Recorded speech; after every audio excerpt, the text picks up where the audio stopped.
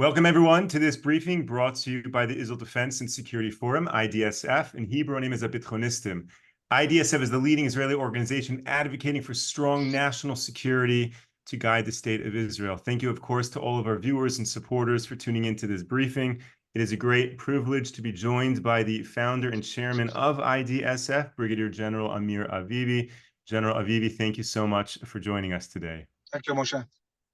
Now, I know that throughout this war, you have met with the leadership of the military, the leadership of the State of Israel, and just this week, you met with the Prime Minister as well as the Minister of Finance. Are you able to share a little bit about what you spoke about in those meetings? Well, yes, of course, there are many things I cannot talk about, but I'll try to share the main insights. I think that first and foremost, there is a resolution on the Israeli side to decisively win the war against Hamas, and winning the war decisively means going into Rafa, a ground incursion, and destroying Hamas and releasing the hostages. As you know, the cabinet has set a timetable for the operation in Rafah. This timetable also includes the time to move the Palestinian society from Rafah to Khan Yunis. Some of them are already moving because the 98 Division went out from Khan Yunis, and some of them are already moving north to the Khan Yunis area. I think that I feel that on the Prime Minister's level, one of the biggest challenges is dealing really with the administration.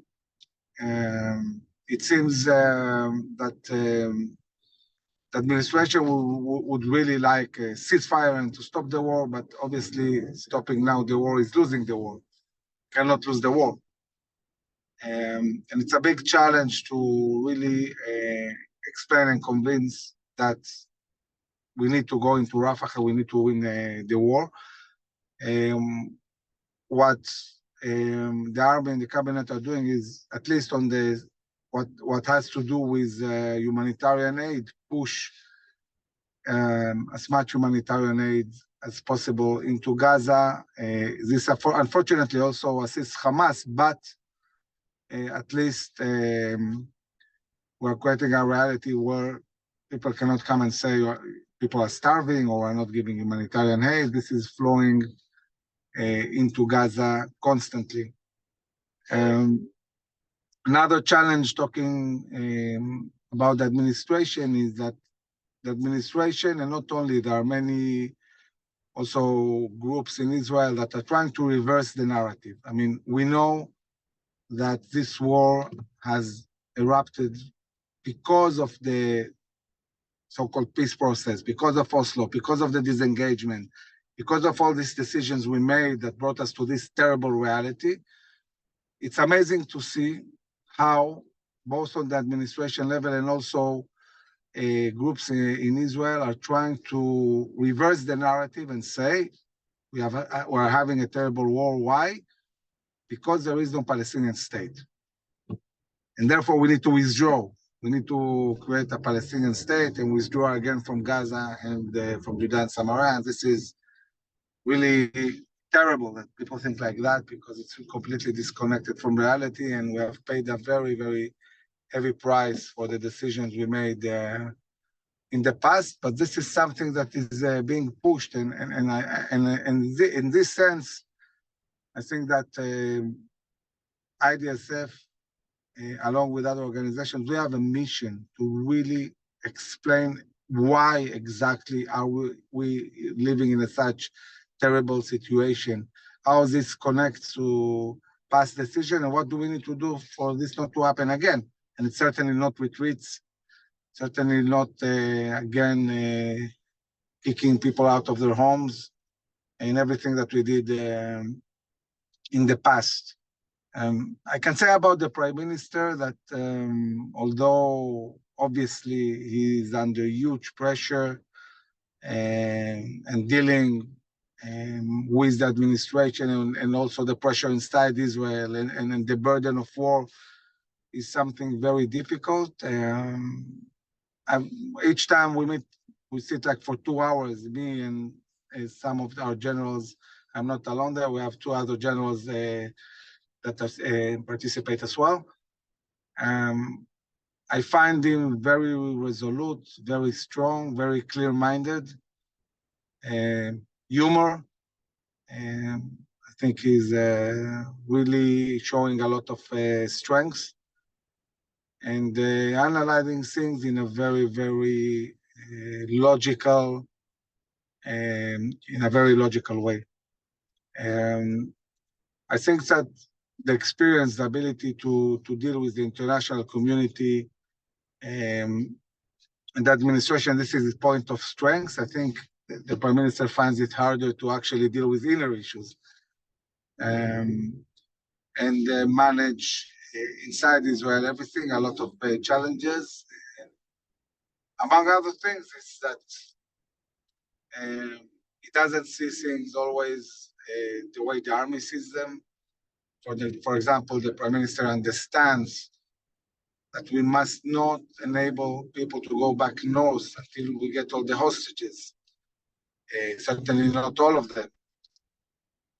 So when we talk about a hostage deal, it draws red lines in order not to lose all we have now. Before we get all the hostages, we have to be responsible for all of them. And also the day after Hamas, we will need to control the area for quite a long period of time. We won't have anyone to transfer it to. It certainly wouldn't be wise to give it to the Palestinian Authority. So Moshe, this is basically talking about the meeting with the Prime Minister, who is also, of course, very worried about Iran retaliating, and then he's dealing with this, and also with preparations for possible war also in the north. General, thank you for sharing that. Are you able to shed some light on this whole issue of a ground incursion in Rafa versus the potential of targeted raids? And within Israel, not what the US is advising and suggesting, but within Israel, is there a agreed upon military understanding of what needs to happen in Rafa, whether it must be a ground incursion, or there are military leaders here in Israel who are suggesting targeted raids would be sufficient? I haven't heard one officer saying that you can deal with Rafah with anything but a ground incursion. I mean, we have seen how things look on the ground in the northern part of Gaza, in Khan Yunis, in the central camps. It's obvious that we cannot destroy Hamas, we cannot win without a full-scale ground incursion in Rafah, and I didn't hear anybody suggesting otherwise. These are ideas that are coming from the US, not from Israel.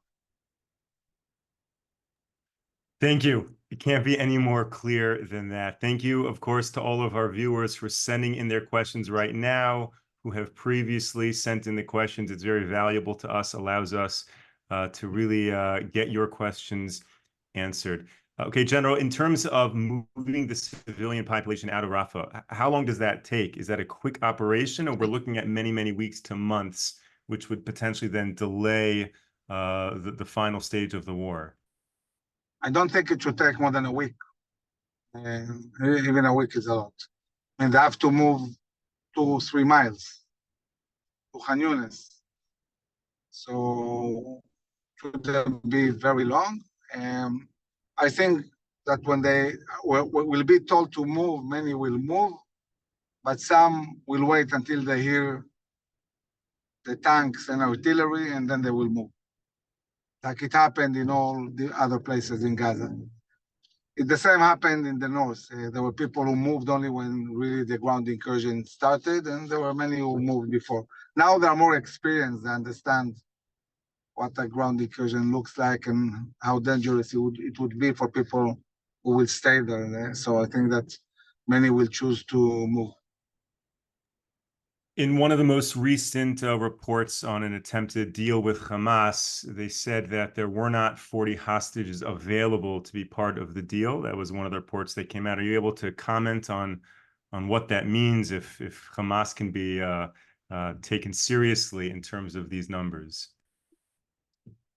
Well, the hostage deal, the way it looks now, the way it was suggested by the US and Israel accepted, although it's a heavy price, talks about 40 hostages out of 136. The women, kids, and maybe elderly people. And in return, we're talking about a month and a half of ceasefire, 40 days. We're talking about letting around 150,000 women and children go back to the north part of Gaza, possibly maybe a bit more. And we're talking about releasing terrorists from jail. A certain number of terrorists with blood in their hands. But I think that at the moment, it's unclear whether Hamas is agreeing. They didn't say completely no yet, but they didn't also say yes.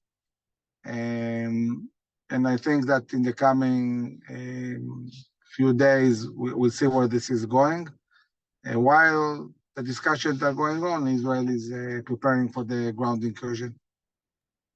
Now, in terms of the details of this deal, which is the part that's the hardest for Israel to bear? Is it the release of the terrorists? Is it the delay in the operations? What's really the worst part on our side?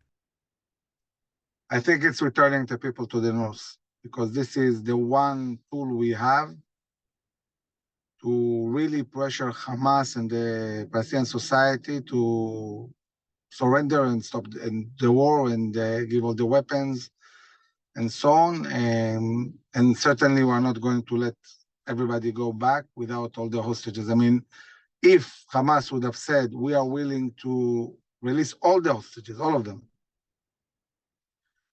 and we want 1 million people going back to the north, we would probably agree. Not agree to stop the war, not agree to stop destroying Hamas, but agree to bring the people. But without all the hostages, well, I think Israel is going to do everything it can to prevent the return of most of the people to the north. Now, if and when that day comes that the people do return to the north, how does that affect Hamas operations in Gaza? How does that affect the IDF being able to do missions like they did in the Sheba hospital again? So operating among civilians is always harder. And also with more civilians, it might be easier for Hamas to try and rebuild their capabilities. They have a whole plan how to completely rebuild everything that was destroyed. Iran is willing to back them up with everything they need. So this is why it's imperative that we really go into Rafa and destroy them completely and take control of the Egyptian border on the Gazan side in order to prevent this possible buildup. And in terms of this ultimate goal of destroying Hamas, once the final battalions are destroyed, does that mean Hamas is over, or Israel still has more work to do in terms of the broader, wider leadership of Hamas? Hamas as a military entity will be over, maybe also as a governmental entity, but still there will be many cells of terrorists around Gaza, which we'll have to clean, and this will take time, cleaning the area. And one of the discussions we're having is that we in IDSF insist, and I talked to the Prime Minister many times about that when Hamas falls, we take control of the humanitarian aid, because this is the key issue. Once you are the one responsible to give the food to the people, so the people understand you are in control. This is maybe the one thing that Hamas empowers Hamas looking at the Palestinian society. Now, if the IDF doesn't want a soldier, an Israeli soldier, giving directly food to a Palestinian, okay, we can hire companies, which we did, by the way. We hired like 2 companies. but we can do it on a much bigger scale. We know that the US, for example, when they operate in places like Iraq or Afghanistan, they hire many, many private contractors to do different missions. I think that definitely when it's a humanitarian mission, that would be wise, and not using UNRWA, not using international organizations that are really cooperating with Hamas. And so we need to really strategize this and do it the right way. Yeah, there are many names of companies which are well known and the US uses. Not sure we have to use exactly the same ones, but it can be others. All right, thank you. Let's move on to another question that keeps coming up, which is the civilian death toll in Gaza. Are you able to shed light and really make it clear to all of our viewers, is the IDF performing far better than other militaries in war zones, let's say the US and Afghanistan, or are the numbers comparable? Are there more civilian casualties in Gaza? I think that what the IDF is doing is unprecedented and will be studied for centuries ahead. We excel at really minimizing collateral damage, and especially taking in account that this is a fight in a very densely urban area with huge underground infrastructure, with terrorists that none of them have uniform. All of them are disguising as women or elderly or citizens. They are fighting from hospitals and schools, and the weapons are all in private houses. And when we look at the numbers, and let's stick to the numbers Hamas says and the IDF says, and take seriously both of them. Hamas is saying that Israel killed more than 30,000 people. Okay, let's say for the sake of the discussion, it's true, 30,000. The IDF is saying that it killed more than 30,000 terrorists, which is true. So even if we take these numbers, and I don't know how much we can count on Hamas numbers, I definitely know we can count on the IDF, 30,000 out of 30,000, it's like 1-to-1. It's almost for every terrorist, one civilian killed. This is unprecedented. If you Google and try to see what are the standards, the UN is talking about 1-to-9, or 1 soldier, 9 civilians. This is normal. 1-to-5, very good. 1-to-1, unprecedented. And especially in such a complex war. So definitely, especially, when international community talks about proportionality, it's proportional to the how big is the war, how existential it is, how complicated. So definitely looking at the really complex reality, and this is an amazing achievement. Thank you, General, for clarifying that. And I hope we'll be able to make a clip out of what you just said, and all of our viewers can take that clip, share it with their family, their friends, post it on social media, and make sure to get the word out about that. Let's move to Iran, if we can, talk about Iran. What is the likelihood that there would be a direct attack of Israel on targets in Iran? So at the moment, it's Iranians who want to retaliate after the alleged attack of Israel on an Iranian general in the consulate in Syria, near the consulate. And it seems like they're serious about that.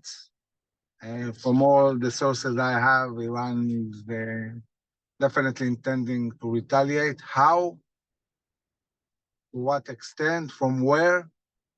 We don't know. But what we do know is that if Iran attacks from Iran, we'll have to attack back on Iranian soil. And this gives us an opportunity. Gives us an opportunity to deal with some very, very crucial sites in Iran that we need to attack.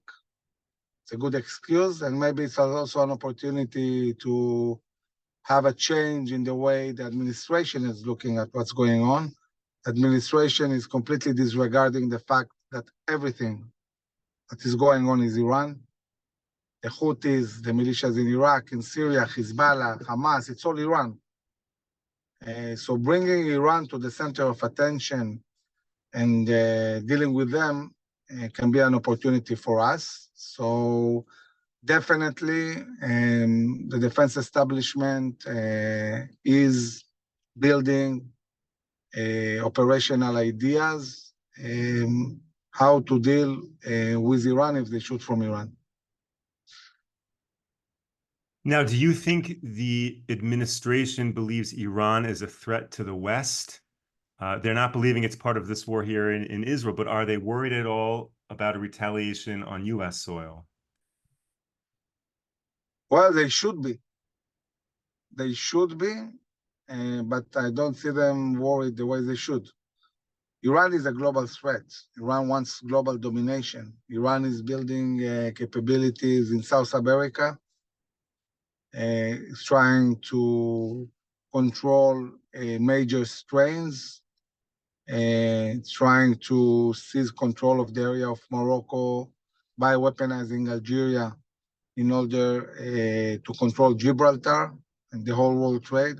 And also, of course, we see the Houthis undermining freedom of shipment in the Red Sea. So yes, definitely the US should be worried, but it seems that still we are dealing with a policy of appeasing the Iranians and not understanding that they are an enemy to the West. I think we have time for one final question. And again, thank you to everyone sending in these questions. And if we didn't get to your question today, stay tuned for future briefings. If we could just talk about what is happening down in Eilat, because we're hearing more and more activity. And there was, I believe, recently, there was an Iron Dome, a maritime Iron Dome that made an intercept protecting Eilat. What is happening with the Houthis and everything down in the south there? Well, we see Iran still trying to challenge us from Yemen, also from Iraq. We have very strong air defense capabilities in the south. And yeah, we have seen one of the few times where we see a naval Iron Dome being used. It's a very sophisticated capability. We have dealt, by the way, with a drone from the sea, but with the Barak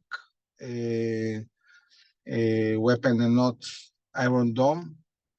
We intercepted in the sea drones in the north with another system, and now I think it's the first time that Iron Dome is being used on a ship, and it's a big operational success. Overall, I think that Israel's defense, the layers we have, Arrow 3, Arrow 2, the Sling of David, and Iron Dome are really doing a good job. And we are moving fast towards laser capability, which at a certain point we'll have as well. Brigadier General Amir Avivi, thank you for sharing this update with us. Thank you to all of our viewers and supporters for tuning into this briefing. We will be back with you tomorrow, 10 a.m. Eastern Time, 5 p.m. here in Israel. Until then, stay safe, stay strong. Take care, everyone.